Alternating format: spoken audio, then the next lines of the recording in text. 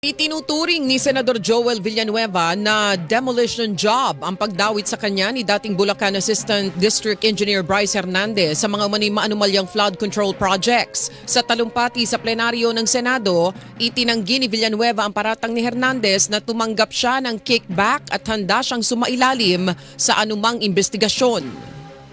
Hindi lang po categorically denying yung binabatong putik sa atin at para dumihan ang ating pangalan. May resibo po tayo, madaling beripikahin. Tayo po ay more than willing mag-undergo at sumali sa anumang investigasyon sapagkat wala po tayong tinatago. Kasabay nito, muling sinabi ni Villanueva na wala siyang naging flood control project at iginiit na matagal na siyang nang alarma sa mga hindi epektibong flood control project sa Bulacan na kanyang home province. This is way too low. Assistant District Engineer. Para namang, bakit naman pag-aaksayahan ko ito ng panahon? And then, ito nga po, lumabas bigla kahapon ang taong ito. And I'm not trying, Mr. President, na just to defend myself and hit this pawn, Mr. President.